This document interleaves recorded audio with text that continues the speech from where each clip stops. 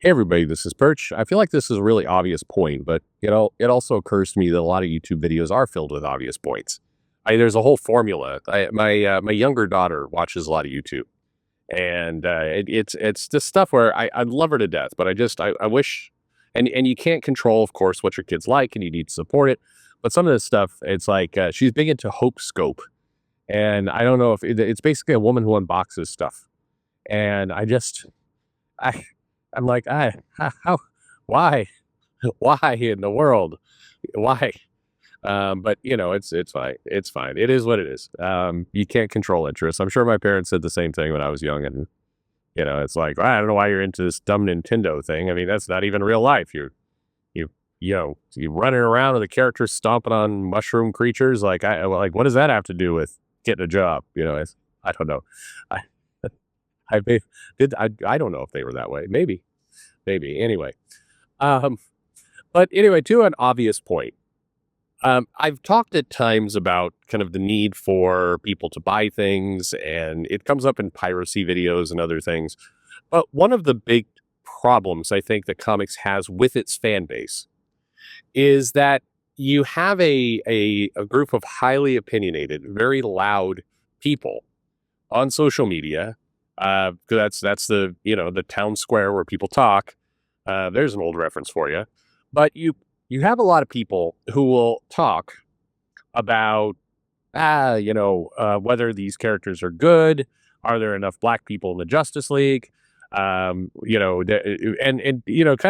I hate the current style. I guess this is another thing an old person says about younger people, but the way that a lot of tweets or blueies over on Blue Sky, whatever.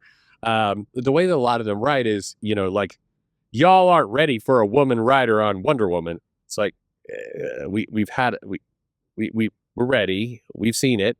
Sometimes it's good, sometimes it's bad. It turns out that whether or not you have a penis is somewhat irrelevant to if you're a good writer or not. There's some really brilliant women writers. You put Louise Simonson on Wonder Woman, I'm in. I'm in 100%. I'm in all day long, every day of the week. You put Tom King on Wonder Woman, it's not for me. It's not my style. You put Dan Slott on Wonder Woman, God help us all. But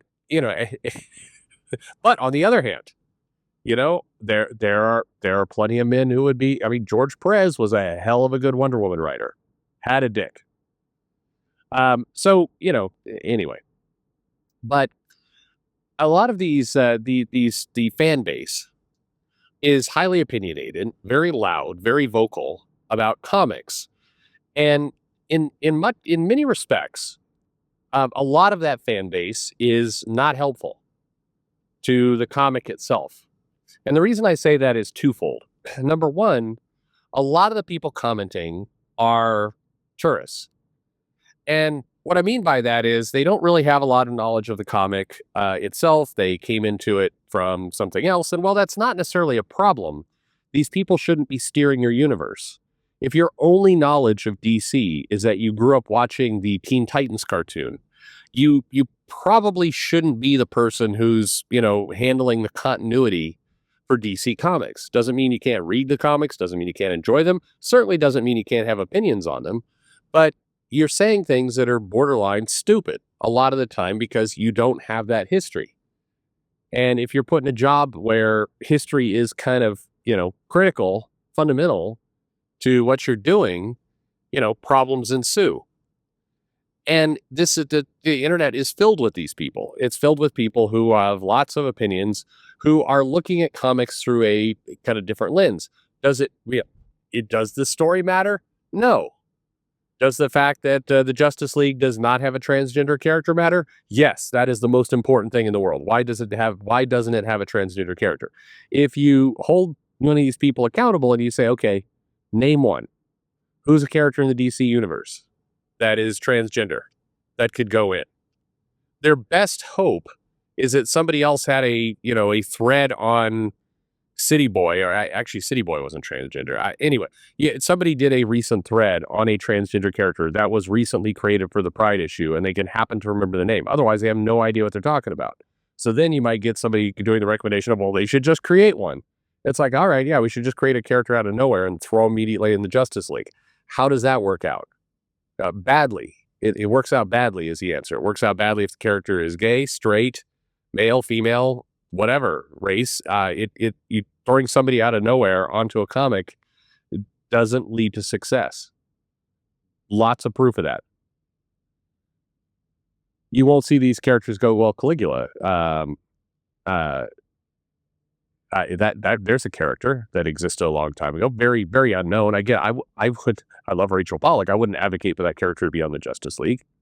You gotta like you spend a little bit of time, reminding the 99% of the comic audience that doesn't know who that character is first. That would be a good idea before you run into those things. But I mean, I'm just talking sales. But anyway, my point in all this is you have a lot of people who are commenting and who are quote unquote fans of comics, although I think that's a bit of an oversell and fairly dubious to label it that way. But you have people who are there and they are, the, the problem is that by and large, they're not buying the comics. Or if they are, they're buying very, very few of them. But this audience tends to be the one that is most heavily using read comics online or various pirate sites, or not reading the comic at all and just, having conversations in Reddit and Twitter and Blue Sky about it. Every now and then seeing a post. And most of these groups are not shy about that. I've been in plenty of these threads, and people will openly talk about, I'm not buying, it's too expensive, or Disney supports Israel, or any number of reasons why they're not buying.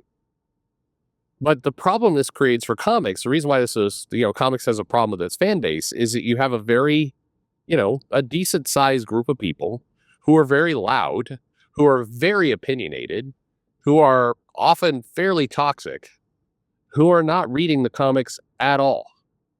They are forming opinions based on other tweets. And what comics they do read, they frequently steal. And so, you put all that. Meanwhile, you have another part of your audience that is quieter because, you as a publisher have made almost zero inroads to the actual local comic shop. And you don't know who's buying your comic. Your customer is the retailer.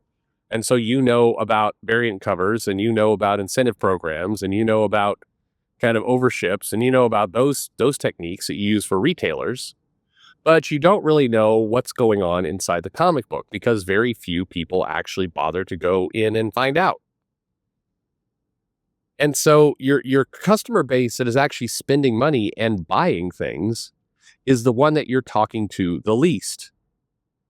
Again, they're in some cases hidden behind the retailer. So you got the retailer you're selling to and the customers behind that. And so I'm not saying it's easy. The important thing when I make these videos, sometimes people write in, well, you think it's just easy to fix all these problems? No, it is not easy. I didn't ever say it was easy, but still have to fix it. It doesn't, just because it's not easy doesn't mean, it's not easy, so I can just kind of ignore this problem. No, arguably you need to solve it even more. But this is the challenge that you have, where your paying customer audience is by and large not getting served in terms of getting their inputs, getting their opinion, understanding what they want. Your best mechanism of doing that is trying to kind of, read their buying behavior and what they like through the orders that the retailer picks, which is, it's helpful. You could do some of that, but it's not precise, especially when you have, alternate covers and everything else that go into the mix that kind of distort your view of what's happening. The customer base that you're listening to is a customer base that's online, has a vague understanding of what's going on in the comics, and isn't buying them by and large. And so all this contributes to I think a pretty major problem that you have. The customer base that's going to be the noisiest, if you decide to one day, I don't know, it's a silly thing to hang your hat on, but one day you decide to say, you know what, we're going to actually make John Kent a kid again. He's, we're going to put all that stuff back in the box. We're not going to address whether he likes men or women or anything. buy something. We're gonna let him be a kid with kid adventures because that's the best way to. That's what we need right now. And James Gunn's doing the super universe, and having a young kid is something that he can play off of. Well, nope, phrasing. But a nice way to point a dynamic of Supergirl's kind of a hot mess and Superboy's kind of young and idealistic, and that's what we want to do and all the rest. So we're going to de-age him, put him down there. Well, there will be a portion of the fan base that will absolutely lose their shit over that. That will cry bigotry and hate, and it's because of Trump somehow, and it's like that is what will come from that moment. But those people who are screaming, again, are not buying the comics. A big portion of them. I'm not saying none of them buy comics. Obviously, some of them buy comics. But a fairly big percentage do not. And you know this because, again, they make it obvious through kind of ignorance in their posts, or they openly state they don't buy comics. For what it's worth, and man, you guys hate it when I do this, but a lot of people who are criticizing comics as being too woke are in this same boat. They're also largely not reading the comics. They also say that out loud. I'm not buying that trash anymore. Okay, cool. But you have an opinion on something because you looked at it online. And so whether you're not informed, you're not reading at all, or you are informed, but you're basically pirating it. Either way, money is not coming into comics. Either way, that's something that's not, it's not business. And so you can kind of see the problem there, because if you get too much of not business, then your customer base is you have none. Like it becomes a fairly decent problem really quickly. Anyway, I think that comics has this problem. I guess pretty major at this point. I think it is they do have to figure out how to either stop listening to the loud voice that isn't buying anything, or nullify it in some way. But most importantly, probably get to the people who are buying the comics and figure out what they're going to like so you can sell them more. That's the way you got to get the business up. But you have a split fan base. The loudest people are the people who are least relevant to your bottom line. And that's the bottom line, because Perch said so. Thanks for listening.